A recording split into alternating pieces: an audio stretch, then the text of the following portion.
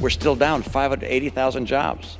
I mentioned 3.5 million women more now in poverty than 4 years ago.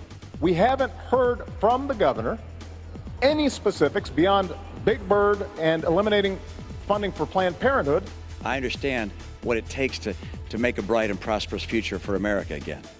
I understand that I can get this country on track again. We don't have to settle for what we're going through. When he said behind closed doors that 47% of the country consider themselves victims who refuse personal responsibility, think about who he was talking about. We are 3 weeks away from Election Day, and the race for the White House is still close. President Barack Obama and GOP challenger Mitt Romney met for their second debate Tuesday evening. For this meeting, candidates answered questions from about 80 undecided voters. Most of the queries focused on domestic issues. You're watching The Ballot. It's a weekly series where our political team addresses the big issues surrounding the elections. We are joined by our man in Washington, Chris Casteel, joining us to talk more about the second presidential debate. Chris, thanks so much for your time. Oh yeah, I'm glad to be here, Dave. Chris is joining us via Skype today from the Washington Examiner, the newsroom there. And Chris, one of the big questions heading into Tuesday night's discussions was centered on President Obama and whether he could make a stronger impression. Did he succeed?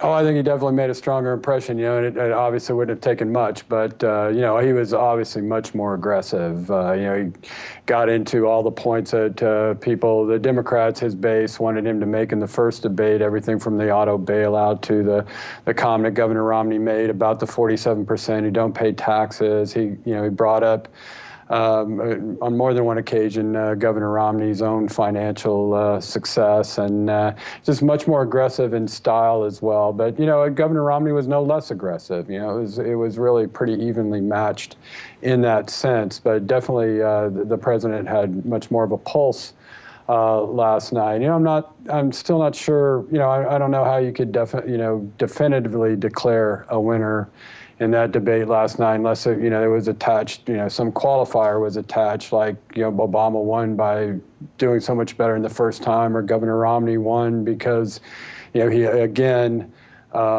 just showed that he could stand toe to toe with the president of the United States. But it was really, it was kind of at times much more of an argument and a lot of bickering going on than a debate. Both interrupted each other several times, stalked each other around the stage, interrupted the moderator. And again, I'm just not sure for that undecided voter in Ohio or Virginia or Florida, wherever, how that may have swayed them. But it definitely was a much different debate in tone. And Chris, let's talk about that. The candidates disagreed on everything from taxes, healthcare issues, and the deficit. And one of the most heated discussions was whether energy production is increasing or slowing. Now, as we know, energy is a big topic here in the Sooner State. What did Obama and Romney have to say about the energy industry? Not much that they haven't said, but it was a question about gas prices. And that's a tough question for a politician to answer. What control they have over gas prices, who knows? There are so many factors involved in that. It's tough, but each side definitely likes to exploit it when they think they can gain an advantage, against the other party. But I'm not sure either of them actually even tried to answer the question about gasoline prices at this point. But, what it got off into was more of a broader, case about energy. And, before you know it, the president was talking about wind and solar, and those are obviously have nothing to do with gas prices. Those are involved with electricity production. And the Governor Romney just pushed, the president really hard, as he said, on production on federal lands. And the president, in the last year or so, even in Oklahoma, when he came to Oklahoma, talked about oil production, crude oil production being at its highest level in the U.S. in many years. We're much less dependent on overseas oil than we have been in many years. But as Romney countered, that's all from production on private land and what's happening on federal land. Well, that has fluctuated some. I mean, there clearly.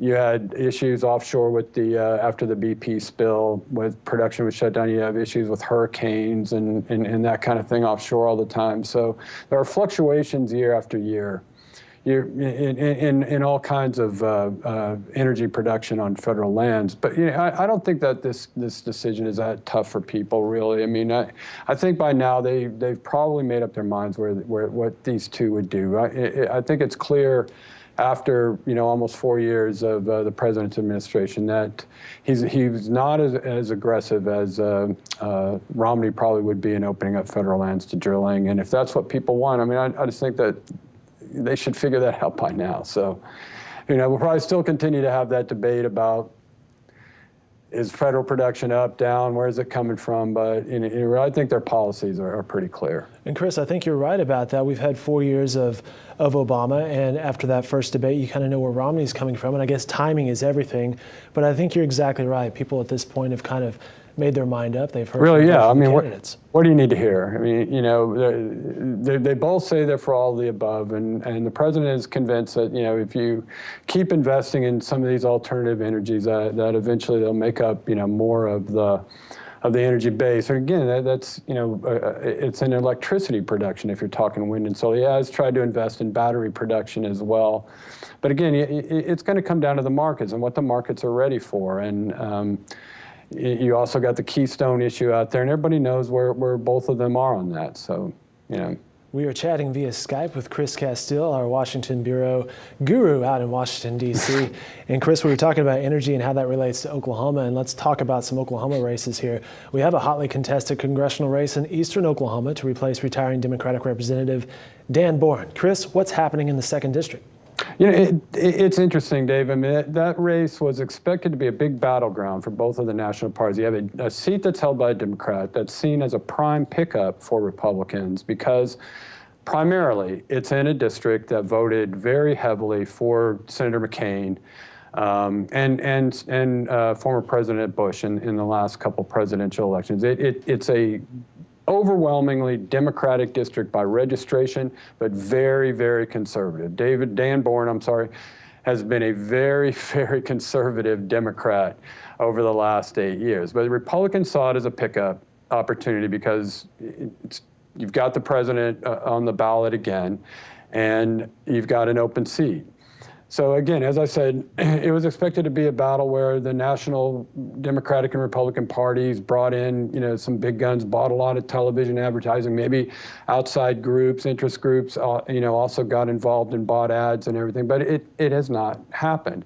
Still, though, they both raised a lot of money, and maybe it could be for the Democrat, Rob Wallace, in that race, given what I said before about how that district performs, and how it views national Democrats. Maybe the best thing in the world for Rob Wallace that the Democrats are not running ads in that race, because if they were, then I think the national Republicans would probably respond to try to hang President Obama, former House Speaker Nancy Pelosi around Wallace's neck. But he's been left basically to his own devices. Still raised over $1 million, has about the same money in the bank, even a little more at the end of September than the Republicans. So it's it's not even making a lot of the top 50 lists of races right now, but it's still pretty intense race. And I think the advantage really for the Republican, besides the whole president thing, is that you've got a candidate in Mark Wayne Mullen who owns a very successful plumbing company in that part of the state. He's got trucks all over the state with Mullen Plumbing on them, and for years he's been running ads promoting his business. So he's just got all kinds of name recognition in that district from that business that has been a built-in advantage for him. And so we'll see them. Both of them have about $250,000 left. It's not an expensive television. It's a complicated television market because you have to buy ads, I think, in 3 different states or more. I was about to say, that's probably a split market out there. It really is. You have to buy them, in Tulsa and Joplin, Missouri. If you want to hit everybody, Missouri, Arkansas, Texas. And you can't really buy cable there because it's so rural that a lot of people just have satellites. So it's a complicated media market, but it's an inexpensive one. So I think they both have the money, and it's not going to come down to that. It'd just be a really interesting. I really don't know how tight it is. There haven't been any public polls. I'm told that even though the national Democrats have kind of stayed away from it, thinking that maybe they don't have a chance in it, that it still could be a tight race. We were chatting with Chris Casteel via Skype. And Chris, the next presidential debate and the final debate is Monday. It's in Florida. And Chris, they'll be talking about foreign policy. Is that correct? That's right. Foreign policy. That's strictly it. I mean, not that that can't get into other things like energy. Sure. You know, I presume that will come up if you know, there's a lot of talk about the Mideast and all the resources we've committed to it for so long.